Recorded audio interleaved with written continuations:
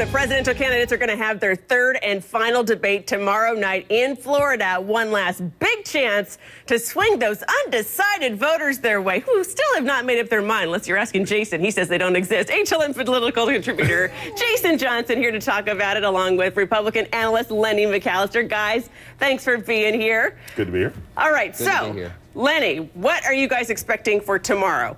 You first. And you guys, by the way, are friends, so I'm going to let you go at it and see if you fight. Well, we've been talking about this for a while offline, so it's about time we talked about it on the air. One of the first things we're going to have to see is if Governor Romney can have that tough image that he's been trying to portray without going too far. I was just here in the green room, and I've heard several people, including Speaker of the House, former Speaker of the House, Newt Gingrich, and others say that Mitt Romney was a little too hot, went a little too far with the aggression. Being presidential is not just being tough. You have to have poise. You have to have temperance. That's one of the things that people saw in Senator Obama in 2008, that Governor Romney's going to have to bring more to the table tomorrow night. So even though he'll be tough on Benghazi and some of the other issues over the past 4 years, he has to do it in a tempered way. He's going to have to channel his inner Reagan. Reagan wasn't just tough, but he was also smooth, and he made people relax, and they trusted his leadership as a result of that. Now, Jason, what do you think? Does Mitt Romney, can he play Mr. Nice Guy well for you?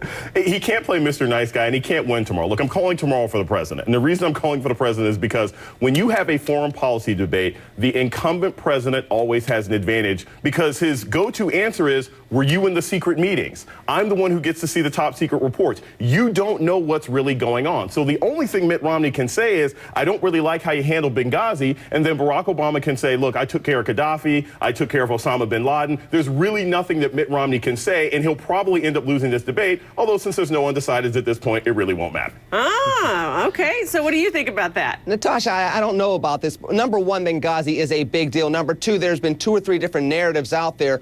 Osama bin Laden and the raid to get Osama bin Laden has been over a year ago. So now you're looking at Iran being closer to having a nuclear weapon. You're talking about Israel, talking about this magical red line that they just talked about a couple of weeks ago. And then you hear this story about this narrative about daylight between Israel and the United States. President Obama still has a credibility gap that he's going to have to fill. That first debate did not do him any favors whatsoever. And moving into this third debate, if he is lackluster, Governor Romney's going to take advantage of that, start talking about Benghazi and the gaps, and go forward from there. This is something that President Obama has to win convincingly. Undecided voters in Ohio, in Indiana, and really what I mean by undecideds, I mean people who aren't strong partisans one way or another. They're not thinking about Libya, okay? All they want to know is that the President of the United States is going to do what he said last time, which is, I'm going to hunt down the people who did this. That's the only concern that people have. Foreign policy is not a strong suit for a challenger. Look, the same thing happened in 2004. You had John Kerry. He had a lot more military experience because Bush never even showed up to the war he was supposed to fight in, and it still didn't end up mattering. This is going to be very hard for Mitt Romney, like it is for any challenger. All right, I'm going to jump in and ask this one. Tomorrow's debate, where it's going to be on foreign policy. It's going to be different, everybody's saying. Who is going to benefit in this one? Lenny, I'll let you go, and I'll let you have the last say, Jason.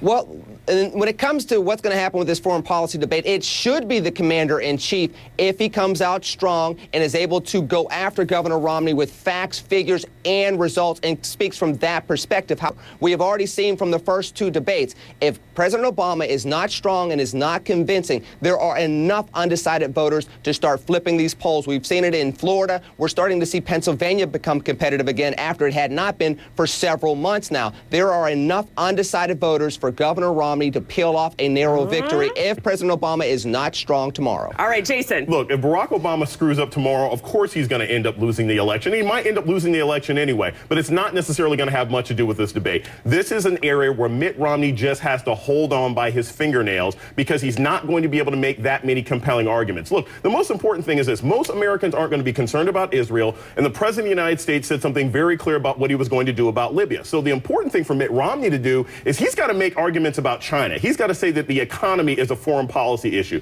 because he just talks about the issues that go to a commander-in-chief. He can't win the argument. Barack will end up winning, and then it'll be a tight election all the way to the end. Jason Johnson, Lenny, we're out of time. I'm so sorry, guys, but it's so fun to watch you two spar.